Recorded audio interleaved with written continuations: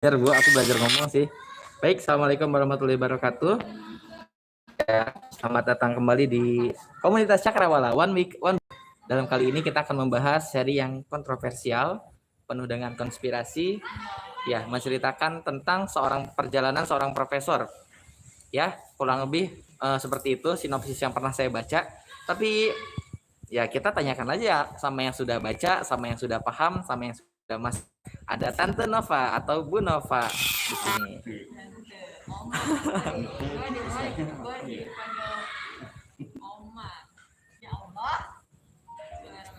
Aku lupa buat tripod. Waalaikumsalam warahmatullahi wabarakatuh. Teman-teman, Ya, Bu Fafa. Ini Pak Mama. Bu Fafa tuh yang SPDG kemarin. Aku penasaran, jadi aku hadir. Waduh. Ini masternya, Bu. Ini masternya, Bu. Master of Kalau Woman. penasaran baca aja. Suaranya pelan amat sih, Bu Nova. Nah, teman-teman, bismillah, semoga saya lancar ya berbicaranya ya. Amin. Hari ini insyaallah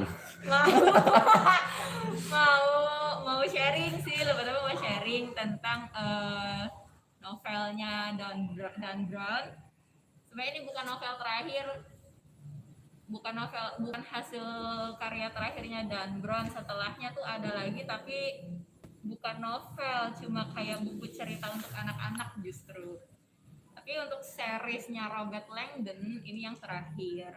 Nggak tahu ya nanti setelah ini ada lagi atau enggak.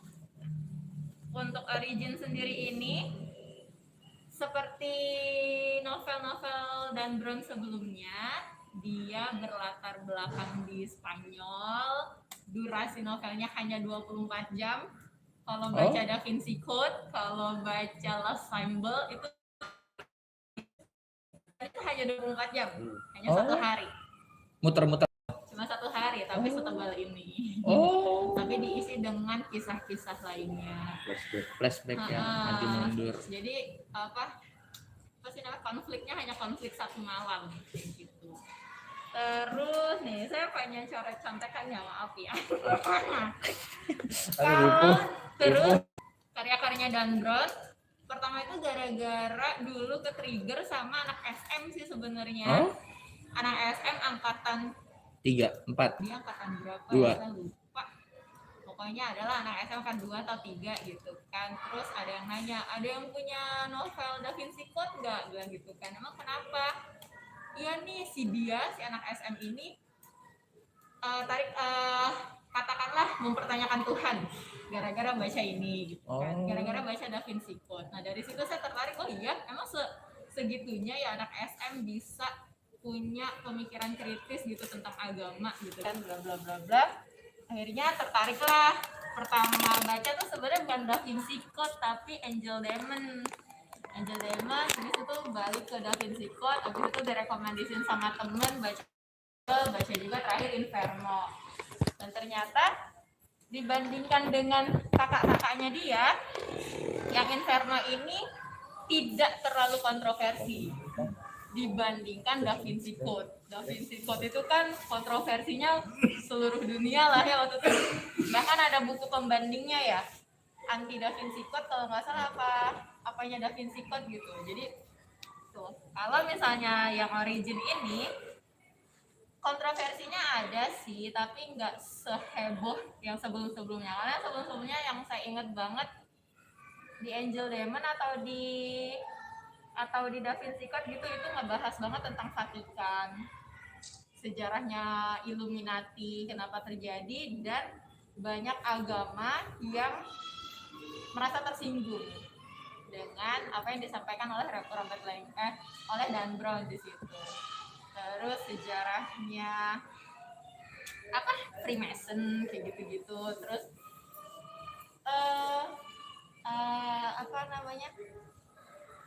bukan sekte ya sekte lah, bisa dibilang sekte-sektenya Kristiani yang agak melenceng, sejarahnya Yesus bla bla bla bla, itu kan yang bikin panas lah ya mereka gitu. Itu kontroversinya. Kalau yang ini nggak terlalu kontroversi sih kalau menurut saya dan menurut yang saya lihat di YouTube yang udah ngebahas itu. Dan saya baca juga, dengar juga di YouTube. Ya, jadi kalau untuk origin ini latar belakangnya di Spanyol. Katakanlah si Robert Langdon itu diundang sama bukan mahasiswa, mantan mahasiswanya di Harvard dulu, yang dia itu namanya menemukan Edmund Kirsch, Kirsch, gimana bacanya? Kirsch. Ya gitulah, panggil saja lah dia Edmund gitu ya, Edmund biar gampang. Edmund itu ilmuwan, kaya raya, pinter, futuristik, agnostik, lebih agnostik atau ateis lah ya. Beda ya? Beda. Ya. Agnostik dan ateis ya, beda ya. Kayak gitu, dia nggak percaya Tuhan dan dia pakar di bidang game teori.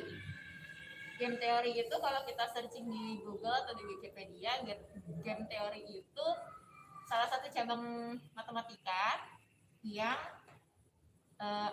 yang ngebahas tentang kemungkinan yang akan terjadi yang bisa dikalkulasi oleh matematika lah, hitungan matematika. Salah satu produknya adalah artificial intelligence yang kemarin sempat saya singgung gitu ya. Nah, di sini si Edmund ini mau mengungkapkan tentang pertanyaan manusia selama ini. Dari mana kita dan mau kemana kita? Sebelum Nah, dia itu punya rencana untuk mempublikasikan hasil penemuannya ini. Jawaban dari kedua pertanyaan tadi. Tapi sebelumnya dia mau ngobrol dulu lah istilahnya sama 3 pemuka agama dunia. Di sini disebutkan setiap tahun itu pemuka agama itu berkumpul di salah satu tempat, di berbagai tempat gitu disebutkan. Oh iya, saya lupa. Seperti novel-novel Dan Brown sebelumnya, direkomendasikan banget untuk kita sambil searching. Karena di novel-novel sebelumnya itu kita kalau sambil searching itu kita disuguhi pemandangan-pemandangan indah Eropa. Kalau di sini latar belakangnya Spanyol. Di salah satu tempatnya yang bagus banget itu adalah Museum Guggenheim. Itu bagus banget, salah satu museum modern yang ada di dunia. Terus ada lagi kerajaan Spanyol, terus ada lagi dulu Kak. Perpustakaannya, salah satu perpustakaan yang ada di tebing gunung bukit kayak gitu. Kayak di novel-novel sebelumnya juga kalau baca novel-novelnya Dan Brown itu sambil searching. Jadi sambil ngebayangin, oh ternyata tempatnya kayak gini. Jadi kita seolah-olah ada di situ dan mengikuti alur ceritanya. Tadi sampai mana?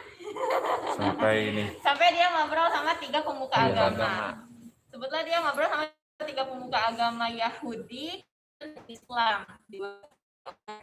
Uskup, rabi, dari muslimnya itu dia nyebutnya syekh atau apa gitu, lupa saya. Coba baca lagi bukunya. Jangan panjang. Ya kayak gitulah pokoknya ya, syekh kalau nggak salah sebut aja dia syekh. Nah, di sini disebutkan 3 pemuka agama ini kaget gitu tentang apa yang disampaikan oleh si Edmund ini gitu. Terus si Edmund ini bilang bahwa ternyata hanya dalam 3 hari hal itu akan dilakukan. Terus ketiga pemimpin agama ini karena saking khawatirnya mereka mencoba untuk gimana menghentikan si Edmund ini gitu kan. Tapi karena mereka taunya sebulan lagi, mereka mencobalah nanti-nantilah kayak gitu-gitu. Ternyata di hari kedua, esok harinya setelah pertemuan itu si salah satu rabi dulu, bukan syekhnya dulu ditemukan meninggal di lebih tepatnya dibunuh di salah satu gurun pasir lah kayak gitu. Hari keduanya rabinya kalau nggak salah ditemukan dibunuh. Terakhir itu yang selamat itu uskupnya.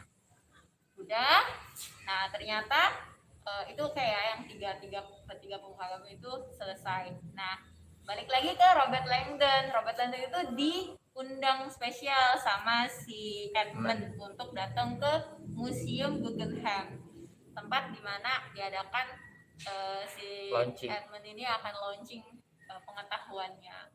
Yang diundang itu banyak kalangan lah kayak gitu ya. Nah, di pertemuan itu semua daftar namanya tuh sudah terdaftar sebelumnya, jadi nggak akan ada penumpang gelap lah di situ, nggak akan ada yang bisa masuk kecuali yang sudah ada di daftar tamu. Salah satunya Robert Langdon, tapi menjelang hari menjelang detik-detik penutupan, semua tamu sudah masuk, datanglah salah satu, di sini tuh disebutnya mantan perwira yang fanatik sama agama, tapi ketika dicek namanya sebenarnya nggak ada, tapi karena dia direkomendasikan sama manajernya si museum, semua tamu yang hadir itu diberi satu apa ya, kalau sekarang mungkin earphone atau apa gitu, yang dia semacam, di sini sih dibilangnya kayak lempengan besi yang cuma ditempel di belakang telinga, nyambung ke pelipis, itu langsung terdengar suara di dalam kepala kita. Nah, tiba-tiba ketika ditempel gitu ada suara yang terdengar gitu, hai gitu kan, hai Prof Langdon kalau nggak salah dipanggilnya, hai Prof gitu kan, terus mencari-cari siapa, oh ya aku adalah artificial intelligence gitu, nama aku Winston. Winston ya, Winston, nama saya Winston gitu. Jadi saya adalah pemandu pribadi Anda gitu kan. Itu salah satu teknologi yang diciptakan sama si Edmund. Nah, si Winston ini udahlah sepanjang perjalanan di museum itu dipandu sama si Winston. Ternyata nggak hanya Robert Langdon aja, semua tamu juga dikasih gitu kan. Udah di jalan-jalan di sekeliling museum, habis itu ketemulah si Langdon sama si Edmund, sampaikan nanti gitu kan. Oh ya nanti bilangnya gitu. Udah selesai, ketika masuk ke ruangan acara udah dimulai, baru setengah perjalanan ada slide-nya gitu, tiba-tiba ada yang menembak si Edmund. Si Edmund itu mati di depan panggung gitu kan, di depan panggung gitunya dia. Chaos lah itu gitu kan. Nah, salah satu tamu ya, jadi maaf si manajer museum, bukan manajer ya, apalah ya, manajer lah ya bilangnya, manajer museum itu adalah calon putri raja yang akan dinikahi oleh rajanya Spanyol. Di dalam CCTV terlihat Langdon ketika itu kan chaos ya, pergi gitu kan, si Langdon itu bawa si putrinya ini, calon putrinya ini. Nah, jadi kejar-kejaran lah, sama seperti di novel-novel sebelumnya, si Langdon ini pasti dikejar-kejar sama polisi gitu kan ya. Dianggapnya dia yang membunuh si Edmund. Singkat cerita, si Langdon ini lari, ketemulah lari, terus dikasih tahu sama si Winston kalau nggak salah kamu harus ke pusat datanya si Edmund ini, untuk supaya yang tadi setengah jalan ini disebarluaskan lagi. Tapi sepanjang perjalanan si Langdon menemukan tempatnya, base campnya si Edmund lah ya, banyak nih spekulasi yang ada di masyarakat. Kan itu udah ditonton orang dong, live streaming juga, tiba-tiba siapa juga yang nggak bakalan viral ketika ada orang mati di depan panggung gitu kan. Akhirnya viral lah itu di apa ya, kalau di sini bilangnya bukan YouTube sih, anggaplah YouTube lah gitu ya. Viral di YouTube, viral juga di Twitter lah ya. Di sini bukan di Twitter sih, tapi kayak milis kali ya kalau kita dulu atau gimana gitu. Tapi viral gitu, banyak spekulasi, oh ternyata si Edmund ini dibunuh sama si ini, terus atau si ratu ini diculik sama si ini, bla bla bla bla bla. Ada satu akun yang namanya itu monte@iglesias.org. Nah, dia itu yang selalu update tuh, yang update berita-berita gitu. Nah, orang-orang menganggap yang pegang akun ini tuh reporter atau siapapun orang itu gitu kan, dan kayak buzzer lah ya sekarang, menggiring opini publik, sehingga di Twitter lah, anggaplah Twitter gitu, rame gitu kan spekulasi orang gitu kan. Terus di setengah perjalanan, di setengah slide-nya si admin itu kan juga sempet disampaikan bahwa asal manusia itu sebenarnya bukan dari Tuhan, kayak gitu-gitulah ya. Kita itu berasal dari, apa sih dia bilangnya, benturan-benturan benturan Partikel, materi. ya kayak Zat. gitu. Jadi di dunia mayanya rame lah peng peng yang orang percaya sama Tuhan dan orang yang ateis itu beramai-ramai mereka tweet war lah ya, kayak gitu. Nah udah tuh singkat cerita sampailah si Langdon ini ke pusat komputernya si admin, ternyata kayak gitu. Nah di superkomputer itu si Robert Langdon ini harus memecahkan misteri, sama seperti di novel-novel sebelumnya berkaitan dengan seni, kesenian, art. Iya kan, art gitu. Ternyata si admin ini adalah pecinta seni juga, pecinta kenapa di museum kan di situ. Ternyata orang yang termasuk concern sama seni juga. Nah, untuk membuka si superkomputernya ini dia harus punya 46 karakter, harus menemukan passwordnya berupa 46 atau 48 karakter, dan itu diambil dari puisi kalau nggak salah, dari puisinya siapa gitu. Setelah dibuka ternyata udah keluar tuh si sisa-sisa slide-nya itu yang tadi disampaikan, di live streamingin lagi gitu kan, di live streaming lagi. Di situ disampaikan bahwa penemuannya si admin ini adalah yang berkaitan dengan artificial intelligence gitu. Dia bilang kalau yang dari mana kita, dia berspekulasi bahwa kita itu nggak butuh Tuhan gitu. Apa ya dia bahasanya ya, pokoknya kita bukan berasal dari Tuhan, kita tuh berasal dari partikel atmosfer, molekul DNA yang bisa kok dibikin kok gitu. Kita pun bisa bikin karena salah satu penemuan ilmuwan dulu, saya lupa namanya siapa, itu sudah menemukan asam amino yang diperlukan untuk membentuk manusia gitu. Tinggal diterusin aja percobaannya gitu, akan bisa gitu kan. Percobaannya namanya Miller UB, ayah kayak gitu ya, Miller apa gitu kan tuh gitu. Jadi kan orang berspekulasi. Terus kemana kita, di situ disampaikan kalau menurut teori evolusi Darwin, halah, kita nggak percaya ya. Ya makanya kata itu di situ. Yaitu kalau kita melihat apa yang kingdom, ada 6 kingdom ya. Ada 6 kingdom. Iya. Monera, 6 kingdom. Protista, Fungi, Animalia, Plantae. Nah, sebutkanlah itu. Saya juga nggak hafal. Kalau sebelumnya ada 6 kingdom, di akhir zaman nanti akan ada kingdom ke-7 menurut dia, kalau dihitung dengan menggunakan metode game teori tadi, artificial intelligence tadi. Kingdom ke-7 adalah yaitu manusia yang berbaur dengan teknologi AI. Jadi kalau kita perhatikan sekarang deh gitu ya, ada orang-orang yang sudah menanam chip di dalam badannya gitu. Nah, menurut si admin ini, kingdom ke-7-nya itu nanti adalah manusia yang akan berbaur dengan teknologi yang akan menguasai dunia. Jadi kehancuran manusia tuh kayak gitu, hancur dengan teknologi itu sendiri kayak gitu. Jadi dia nggak percaya dengan kiamat lah, kasarnya seperti itu. Kayak gitu sih. Terus itu yang membuat ya si tiga pemuka agama tadi resah, karena ini akan, kalau ini tersebar ya umat manusia akan semakin apa ya istilahnya, akan menghancurkan agama yang sudah ada juga kayak gitu, akan menjadi bingung seperti itu. Nah terus udah tuh sebenarnya kalau baca udah selesai di situ. Klimaksnya ternyata bukan di situ. Klimaksnya adalah ketika si Langdon ini, ketika udah terungkap itu, live streaming udah selesai, semakin banyak media-media yang berspekulasi lah gitu kan.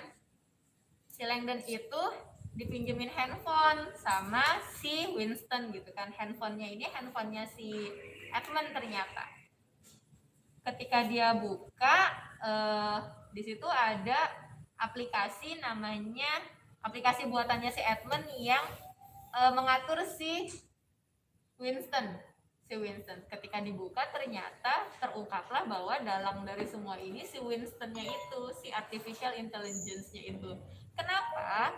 Karena kalau teman-teman pasti suka buka Facebook atau Instagram dan kita suka dapet Saran pertemanan. saran Rekomendasi. itu salah satu artificial intelligence yang mudah ditemui seperti itu. Begitu juga dengan si Winston. Nah, si Winston itu kan artificial intelligence yang lebih oke gitu ya, lebih keren lah misalnya gitu. Nah, dia selama bukan berkomunikasi ya, selama diciptakan sama si Edmund itu ternyata punya kanker. Si Edmund itu punya kanker dan sering searching bagaimana cara bunuh diri yang baik.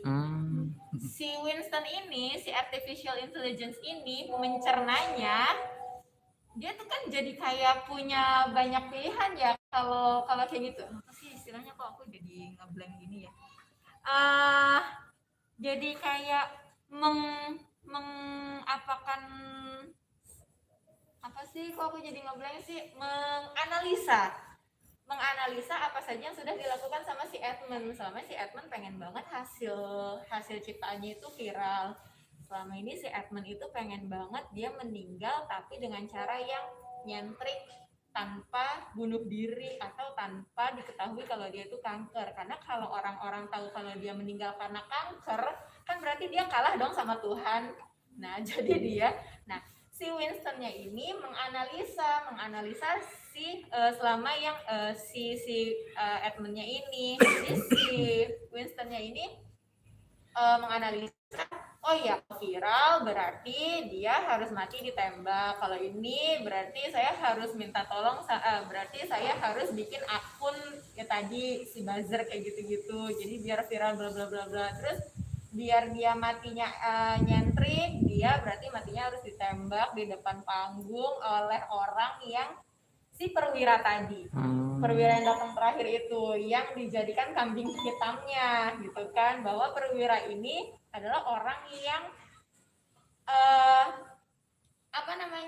taat agama, fanatik, adalah orang yang fanatik dengan agama. Jadi seolah-olah si Edmund ini mati di tangan orang fanatik agama yang mengitukan dia lah istilahnya, yang gak setuju sama dia gitu. Nah, si Winstonnya ini yang punya analisa itu, si artificial intelligence-nya ini gitu. Jadi sebenarnya bukan si Edmund-nya yang mau meninggal di depan panggung, tapi karena selama ini si Edmund bermain artificial intelligence gitu kan, jadi artificial intelligence-nya lah yang mencoba untuk merangkum semuanya, gimana ya caranya supaya ini, gimana ya gitu kan. Kalau komputer tuh, kalau kita pakai apa ya, kalau sekarang Instagram kali ya, jadi mencoba membaca pikiran kita, membaca keinginan kita kayak gitu. Udah. Jadi akhirnya gitu, si Langdonnya terkaget-kaget gitu kan. Akhirnya pas udah tahu gitu kan, nah si Winston ini diprogram untuk hilang 1 hari setelah kematiannya si Edmund. Nah pas udah gitu, jadi sampai terakhir itu si Winston itu masih ngobrol sama si Langdon. Kalian pernah pernah ngobrol nggak sih sama Google? Kadang aku tuh kadang kalau di MacBook ya ada Siri ya, Pak Dan ya. Aku kadang suka ngobrol sama Siri dan dia menjawab, "Hai Siri," iseng aja kayak orang bener gitu kan. "Hai Siri, gimana kabar kamu?" "Iya aku baik Nova." Balas dong dia. Segitu ya, cuma kita asal banget gitu kan. Nah si Winston itu kayak gitu, layaknya manusia yang bisa membaca pikiran kita dan bisa menganalisa jawaban apa yang kita inginkan kayak gitu-gitu. Oh kalau pencarian kita selama ini tentang kematian, dia akan ngasih sugesti sebanyak-banyaknya cara kematian gitu kan. Kalau kita selama ini mencari tentang apa istilahnya, itu bagaimana caranya viral. Nah, si Winston ini memberi sugesti sebanyak-banyaknya bagaimana caranya viral. Nah, itulah si Winston gitu. Ternyata selama ini yang mengerjakan itu semua si Winston dengan teknologi secanggih itu ya. Ini kan ya mungkin dibilang fiksi juga enggak, dibilang enggak fiksi juga enggak. Kita nggak tahu teknologi seperti ini udah ada apa belum. Bisa jadi udah ada gitu kan. Udah ada yang mengatik-atik teknologi ini gitu. Nah, seperti itu. Jadi sebenarnya kalau dibilang kontroversi, yang ini Origin tidak terlalu kontroversi kalau teman-teman membandingkan dengan sebelumnya, karena parah banget kalau yang Da Vinci Code, Lost Symbol, iya Angel Demon itu parah banget. Dia benar-benar menguap gitu kan, karena itu kan based on riset kayak gitu. Kalau yang ini ya itu doang, maksudnya bukan itu doang ya, kurang greget ketimbang kalau dibandingkan dengan sebelum-sebelumnya, novel-novel sebelumnya kayak gitu. Ini tuh lebih yaitu tentang teknologi sih. Ternyata teknologi itu lumayan berbahaya ya kalau kayak sekarang aja gitu kan. Konspirasi sekarang itu kan kayak buzzer kayak gitu-gitu kan, itu bagian dari konspirasi ya, menggiring opini masyarakat dengan teknologi kayak gitu, dan akhirnya menjadi apa ya, ketika opini masyarakat sudah terbentuk kan bisa jadi membuat itu barulah apa namanya, kayak gitu deh, gitu-gitu jadi pusing sendiri saya kayak gitu. Kontroversinya di situ. Terus iya, jadi yang mau baca apa enggak? Bingung sendiri, astagfirullahaladzim. Terus apa ya, udah sih, ini konspirasinya juga nggak terlalu ekstrim yang dibahas. Udah. Oke. Luar biasa. Saya kan bingung harus merangkum buku setebal ini gimana. Udah baca 3 tahun yang lalu. Pusing. Oke, ya itu teman-teman semua baik yang offline maupun yang online, kita sudah dibacakan sebuah cerita luar biasa itu ya. Kalau dilihat free slice-nya harganya itu 300 ribuan loh. Ya di Google, bahkan di toko online gitu ya. All shop itu harganya 300 ribuan buku itu, dan sekarang kita dapat ilmunya diceritakan oleh Bu Nova langsung ya. Meskipun pengalaman membaca buku kan lebih baik ya Bu Nova ya. Bingung sendiri kalau suruh nyeritain. Nah, tapi seenggaknya kita udah dapat plotnya secara garis besarnya. Ya, itu tentang apa ya? Tentang konspirasi ya, konspirasi permainan, bahkan di situ Dan Brown itu sosok yang berani membawa ya perihal agama, membawa teknologi, membawa apa namanya dan lain sebagainya gitu ya, sampai ke tahap itu tuh sebuah hal yang ya termasuk bestseller ya Bu Nova ya, karya-karyanya Dan Brown itu ya.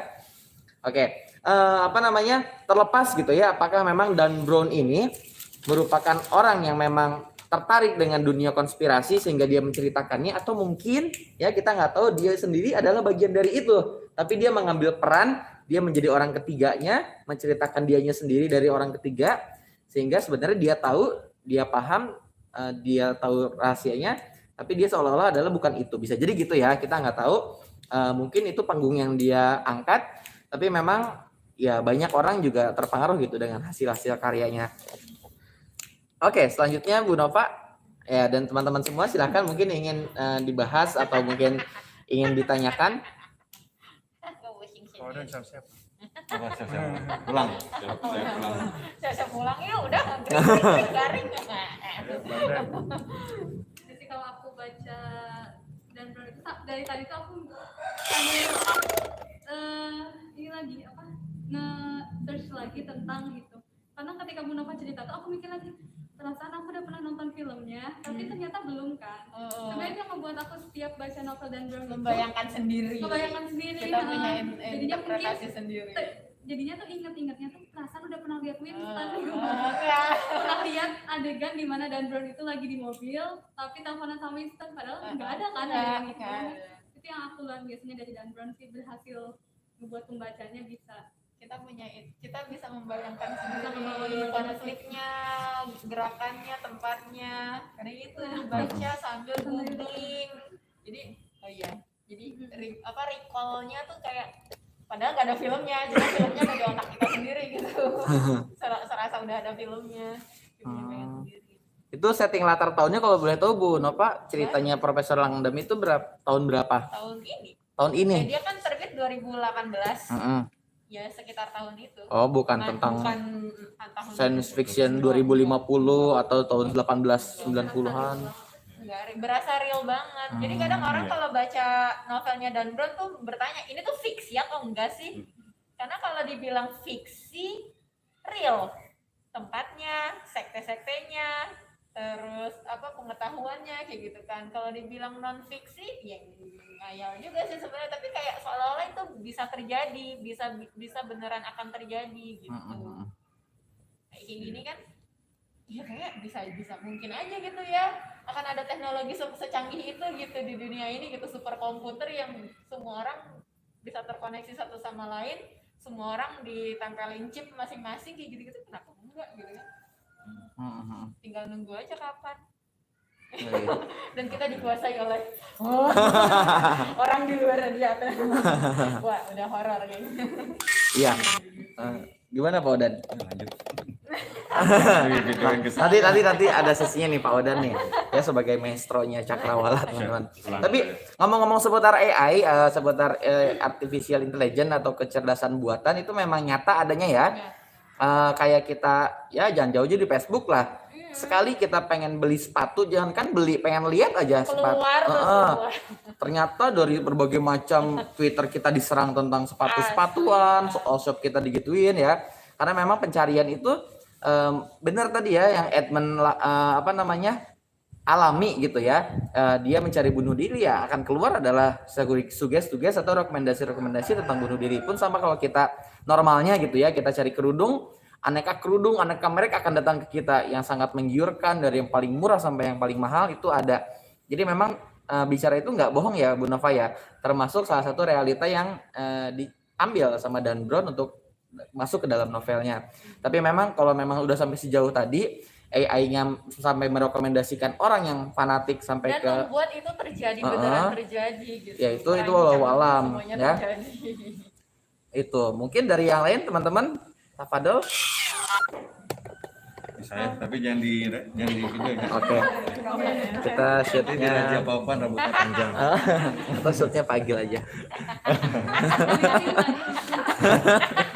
Kalau saya lihat ini ada dua hal sih. Kalau buku-bukunya Dan Brown itu memang saat ini justru emang biar kita nge-search kan. Terus ternyata ada. Kalau di versi Indonesia yang saya sebut di grup tuh Secret di Asmara itu di Jakarta Secret.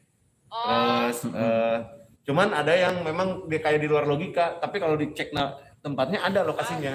Saya itu ingat tahun 2012-2013an baca di Jakarta Secret tuh. Lokasinya itu persis. Tapi saya itu yang yang rada luar ininya, anehnya pada saat itu ya, Nusa Indah itu belum jadi nih. Karena di dalam Jakarta Secret itu ada nyebutin Nusa Indah, perumahan Nusa Indah, Bogor Utara. Ini belum jadi, belum dibangun waktu itu. Benar, dan itu akan ada pembunuhan di situ. Horor nggak sih? Ternyata saya, kok bisa baca masa depan gitu, bawakan itu. Ternyata bukan Bogor Utara ini, Kabupaten Bogor Utara. Ternyata ada Nusa Indah juga. Saya udah sambil nyari. Tapi kok dari sini beloknya ke sini sampai gitu, sampai detail jalannya.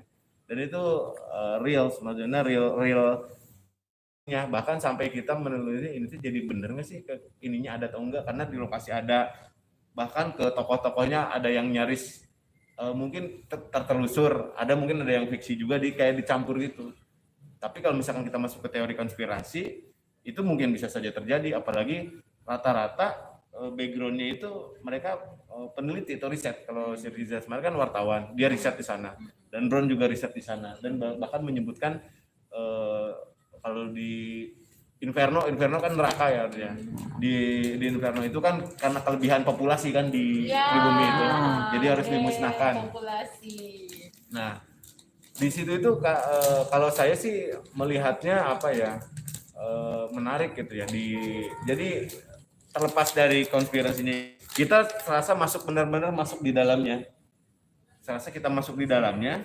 Serasa kita menjadi pemerannya gitu, pemerannya. Nah, kalau misalkan saran sih jangan dulu nonton filmnya, baca dulu bukunya. Kalau kadang suka berbeda ini berbeda lah, ada perbedaan. Rata-rata sih di buku-buku itu gitu. Karena kalau buku kan kita bisa lebih juga berimajinasi, kita yang membayangkan kemana tokohnya itu, misalnya si Robert Langdon itu seperti apa, pas di film kan, kok gini misalnya. Kalau saya yang paling kecewa itu nonton Sohoki, bener. Saya tuh baca bukunya beberapa, Sohoki sekali lagi, catatan seorang demonstran, semua Sohoki kan galak.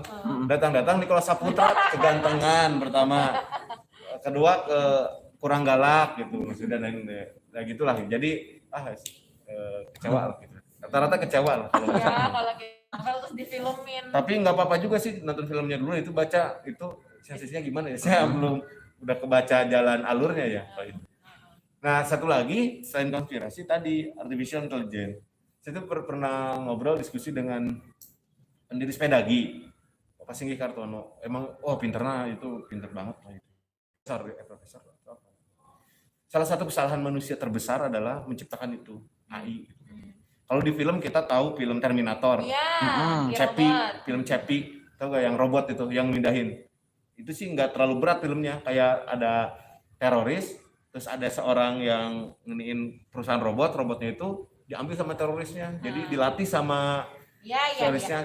Pas akhirnya terorisnya mati, dipindahin ke robot, ini otaknya semuanya, jadi bisa nyawanya itu nggak hilang, pindah ke robot itu kan gila, dan itu mungkin terjadi.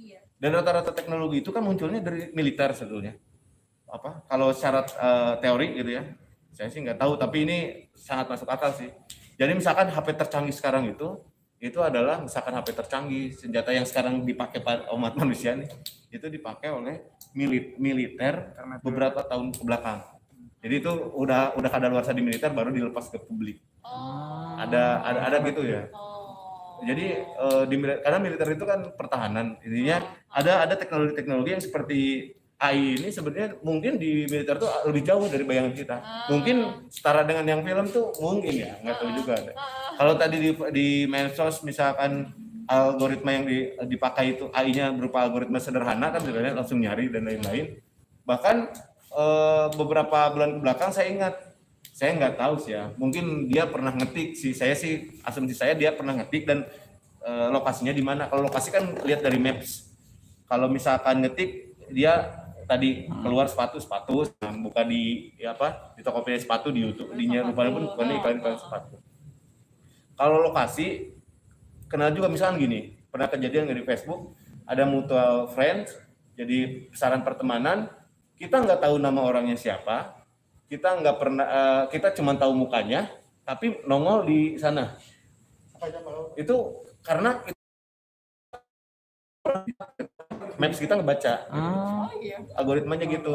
Kita nggak tahu, misalkan gini, kita punya teman kos, kita nggak tahu siapa orangnya, namanya siapa, cuma tahu muka gitu. Dia akan muncul di mutual friend kita karena deketan kan gitu.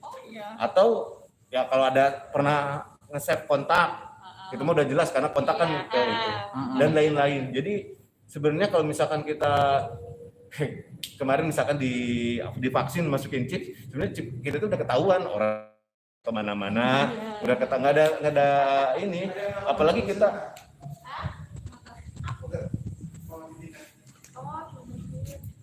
belum lagi maps kita direkam, belum lagi foto kita diupload di sosial media, belanjaan kita kemana aja itu kerekam, belum lagi kita pakai smartwatch, nggak sadar kan kita pakai Strava itu, dan denyut nadi kita kehitung, berat badan kita kehitung, kalau misalkan yang ngitung smartwatchnya sampai kemakan, makanan kita kehitung, penyakit apa yang ada di dalam diri kita dan lain-lain, itu nggak ada rahasia-rahasianya, kita sampai tahu kan, itu direkam kan, data itu direkam, disimpan, bahkan dijual. Kalau teman-teman di dunia bisnis itu, kalau pinjam uang udah nggak pakai agunan tanah, agunan BPKB, enggak, pakai data yang dari web dia, data yang belanja. Jadi setiap ada yang data yang belanja itu, dia tahu dia pakai HP apa, sampai kapasitasnya berapa, sampai gitu sedetail itu. Kalau misalkan buka nih di Eger tuh tahu yang buka ini orang kaya atau miskin, dilihat dari HP-nya. Iya. Dia tuh lihat data kalau buka store, misalkan store-nya mau buka di daerah, store-nya yang mahal-mahal, dia tahu yang buka di mana dengan HP apa, gitulah. Turunannya banyak. Iya. Nah, Jadi AI ini, dan itu yang baru tampak di kita kan, maksudnya kalau lihat belum tertampakkan oleh kita dan lain-lain. Ngomong aja sekarang sederhananya kalau kita ngomong sama Siri atau sama apa Google Assistant apa sih itu Iya. namanya? Hai Google. Itu misalkan anak saya ngobrol sama itu nyanyi gitu, kan gimana ya? Dia udah bisa membaca ini ya. Kalau misalkan sederhananya dengan kalau bahasa coding itu kan algoritma. Kalau di algoritma PS itu PS akan ngoper kalau pencet X misalkan. Kalau sliding bulat. Itu udah nggak pakai gitu tuh. Kalau dulu kan gitu. Sekarang udah bergeser algoritmanya. Apakah dia kalau di Excel kan if jika apa ini dia akan jawab ini berapa juta if burger yang harus disiapkan untuk itu. Tapi dia udah bisa jawab dengan apa yang dia bisa. Dia nggak bisa jawab dialihin ke link. Gitu. Iya, Kan berarti udah gila gitu. Dan itu pun terekam. Kalau teman-teman di buka Gmail pasti ada ini. Kalau saya sih dapat rekaman setiap bulannya kemana aja. Iya. Berapa lama, berapa ini gitu. Iya. Udah nggak ada rahasia-rahasia Rekaman di Google Maps ya. Bahkan kalau HP kita mati, game Maps mati itu masih ngerekam sebenarnya. Walaupun dalam keadaan mati ini dicabut dan lain-lain. Yang paling selamat udahlah Baduy gitu. Diem di leweng nggak pakai apa-apa dia nggak terekam. Aslinya saya. Ya maksudnya dengan itu data kita tuh udah tergadaikan sebenarnya. Udah nggak ada rahasia. Makanya ketika kemarin orang bilang, jangan mau divaksin ada di chipnya, telat. Kemarin udah telat dong. Udah masuk semua ada ini. Terus kayak misalkan gini ya, sederhananya ini sangat gegabah sih ya. Maksudnya gegabah misalkan pemerintah kita gegabahnya apa? Waktu dulu kan memasukkan kalau ini HP masukkan KK dan itu. Itu katanya untuk agar nggak ada SMS penipuan dan lain-lain. Penipuan sekarang makin banyak dan itunya nggak guna juga. Dan data kita terjual kan real itu, maksudnya beberapa kali lah, termasuk email kita mah udah jelas. Kemarin kan Tokopedia bocor, bocor. Ada kan link situs untuk cek apakah kita bocor juga gitu. Dan itu terus nggak ada inilah. Dan itu dari AI itu nanti akan jadi big data sih ininya kan. Jadi kayak monster tersembunyi lah dia tuh punya. Kalau di filmnya Fast and Furious itu yang itu bisa baca kamera itu apa sih? Si mata Tuhan yang ke-8 yang ke-9. Set mata dari laptop, kamera apapun tahu lokasinya di mana. Oh iya. Kayak gitu lah. Kayak yang film Snowden, pernah lihat nggak Snowden? Kayak gitu kan. Kayak gitu. Bahkan kamera laptop ketika kita nggak nyalain dia bisa ngerekam kita. Iya. Parah sih itu. Jadi setelah nonton Snowden tuh jadi parno loh. Iya. Parno loh. Gini aja kita lagi saya langsung ditutupin. Ini bisa jadi ditutup. Iya. Walaupun HP dalam keadaan mati pun. Dalam keadaan mati pun dia Jangankan bisa merekam. film itu, teman saya juga bisa. Serius? Beneran. Si anak siapa sih Hendra namanya tuh. Anak ETJ Bandung dulu. Sekarang dia udah off di internet semuanya. Jadi gitu dia. Oh iya. Dia tuh kan buka ini programmer. Dia tuh tahu misalkan ada orangnya tahu, dia tuh ngejailin gitu. Dia tuh udah pakai sampai tahu isi WA-nya. Bentar, isi WA-nya apa, di dalam galerinya ada foto apa aja, video apa aja. Demi apa? Itu tuh orang biasa, temen. Beneran. Dan itu bisa diakses, bisa dipelajari. Bahkan ketika kayak kemarin di IG siapa sih? Bukan pas rame itu si Adam Denny misalkan, atau pas nyari orang-orang yang ini cariin orang kan akun fake itu sekarang bisa dicari akun fake itu real orangnya siapa namanya sampai nicknya siapa. Sekarang kan orang pada gitu udah inilah yang cuman kitanya aja yang nggak tahu. Orang kita lain kan di sini aja mainnya. Di sana ternyata banyak ya. Iya, yang termasuk itu. Dan kesalahan terbesarnya itu kan yang paling ditakutin itu kayak di film Terminator lah. Terminator sampai mereka yang menguasai ternyata mereka yang kita menciptakan.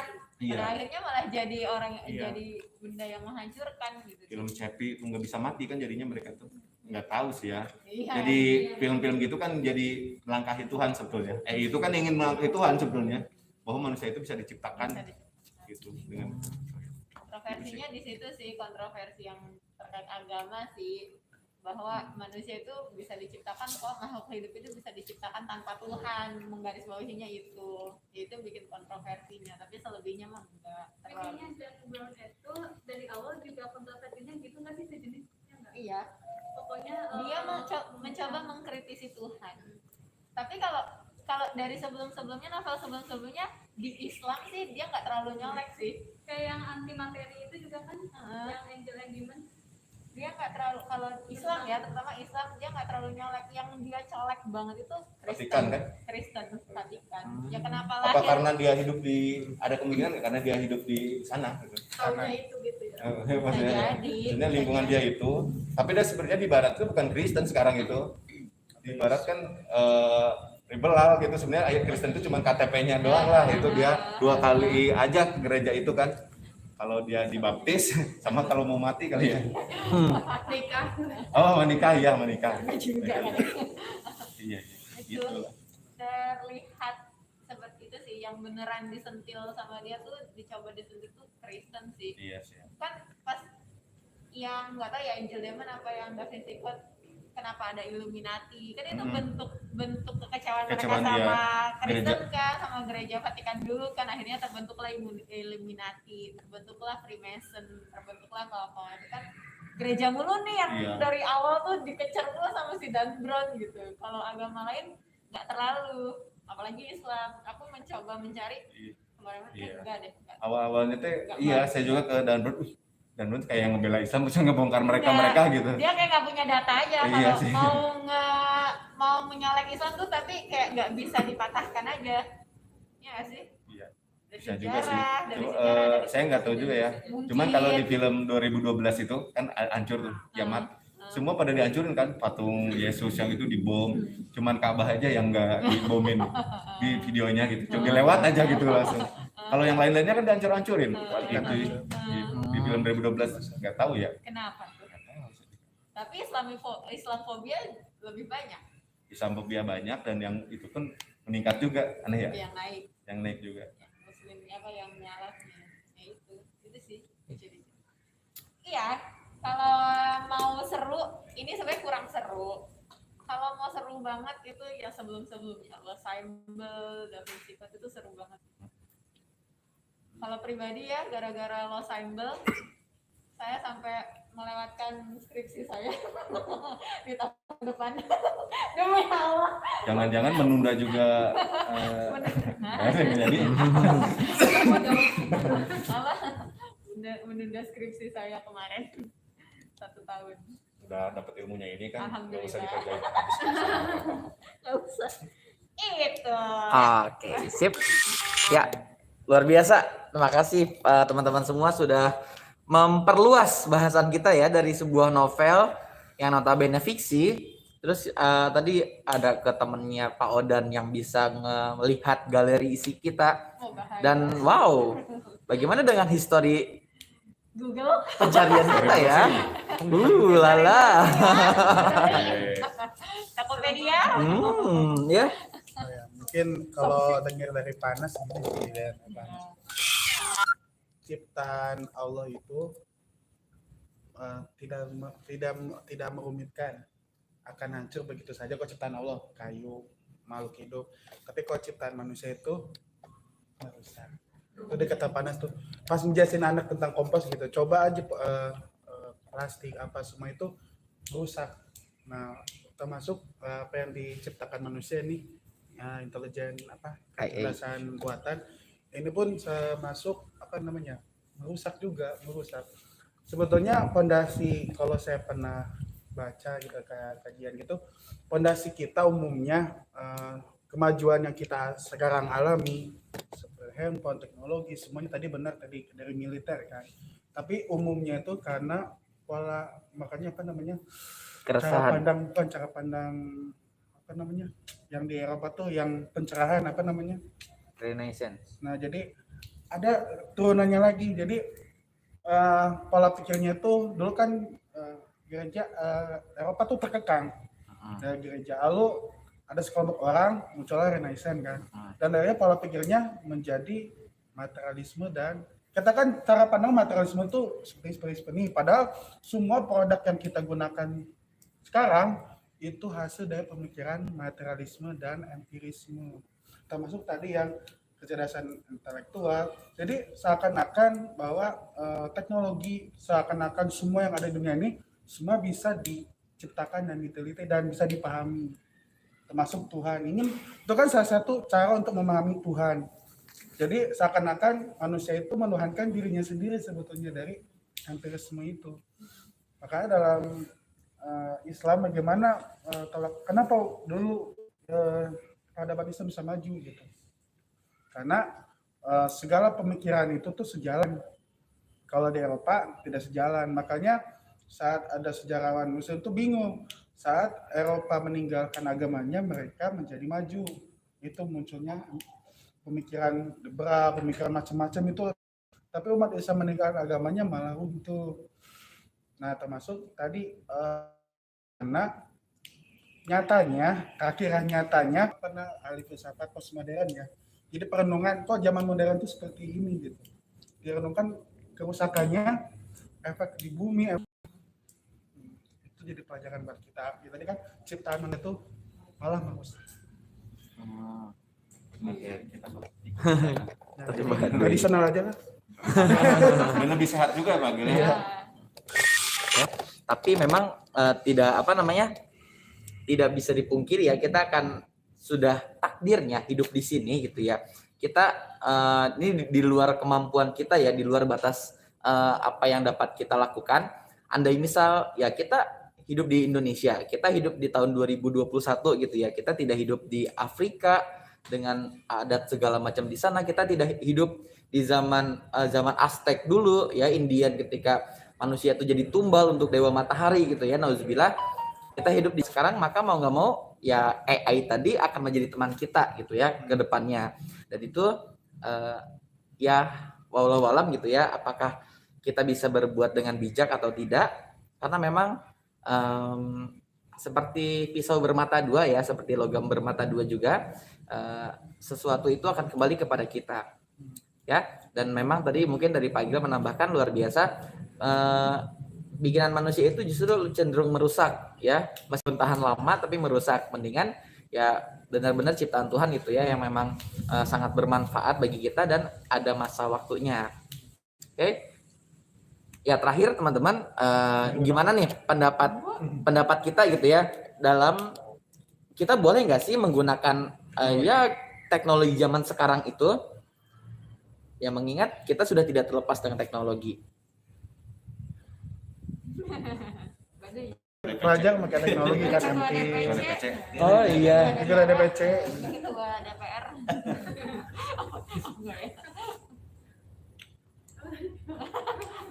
Kalau menurut saya ya, Iya. menurut saya boleh, asal ya itu tadi nasihat dari Pak Agil, ya kita harus seimbang juga menggunakannya. Terus nasihat dari Pak Dinar ya kita harus bijaksana, karena mau nggak mau kalau kita nggak harusnya orang ya, mungkin kita sebagai orang Islam ya baiknya menguasai itu ya, supaya kita bisa mengaturnya dengan sesuai yang diinginkan Allah gitu.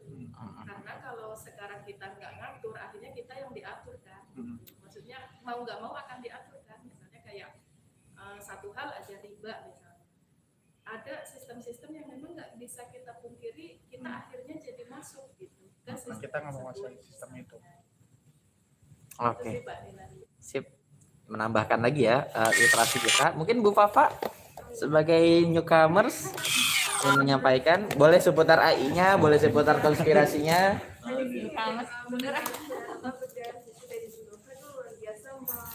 Membedah otak saya juga sih sebenarnya. Oh, membedah. Ngeri dong. Iya ikut terbuka gitu, ikut melek gitu. Oh ternyata apa yang dipikirkan orang Eropa ya, orang Barat itu ya seperti itu gitu. Sedangkan memang keadaan kita tuh pertama kita Islam ya, jadi benar-benar ilmu yang Allah berikan gitu. Nah kita terbentur dengan keadaan ada sosok yang dimana mereka berpikir lain gitu, jadi benar-benar apa ya, sangat jauh gitu dari pemikiran Islam gitu. Nah di situ gimana cara kita bijak juga sih, kita memang harus tahu gitu kan. Dan dalam surat Al-Isra pun saya lupa ayat berapa, Allah tuh bilang orang yang berilmu itu akan beda dengan orang yang tidak berilmu gitu kan. Seperti itu. Jadi kita harus tahu gitu ilmunya seperti apa, dan ini pengetahuan untuk kita gitu. Ternyata ada pemikiran yang orang itu seperti itu gitu. Bagaimana kita bijak gitu kan, mempelajari hal-hal yang memang harus kita pelajari di dunia ini gitu. Sehingga kita yang luas gitu. Dan kita bisa tahu bagaimana kita bertindak dengan ternyata keadaannya seperti itu gitu. Jangan sampai kita hanya fokus pada hal yang kita miliki saja gitu, fokus pada hal yang kita kita yakini saja, tapi kita juga perlu gitu mengetahui ilmu-ilmu lain gitu yang mungkin kita untuk diri kita Santet, gitu, untuk santet. bijak, untuk wise gitu dalam hidup Masih dunia ada. ini gitu. Mungkin selain belajar juga kita harus harus ini lagi sih mempelajari diri kita juga, mempelajari agama yang seharusnya yang kita yakini itu seperti apa gitu, dengan apa yang orang yakini gitu sih, bijak dan seperti tadi Pak Dinar bilang dan Bu Nova sudah menjelaskan tentang sisi lainnya. Dan tadi juga Pak Adi gimana? Kenalan dong. Pak Rizky. Kenalan dong. Michael Rizky. Iya tadi sama Pak Pedro. Orang sangat Gue udah naikin Pedro. Dia bejo. Ya Allah, Ciripa. satu lagi saya tadi Pak Odan.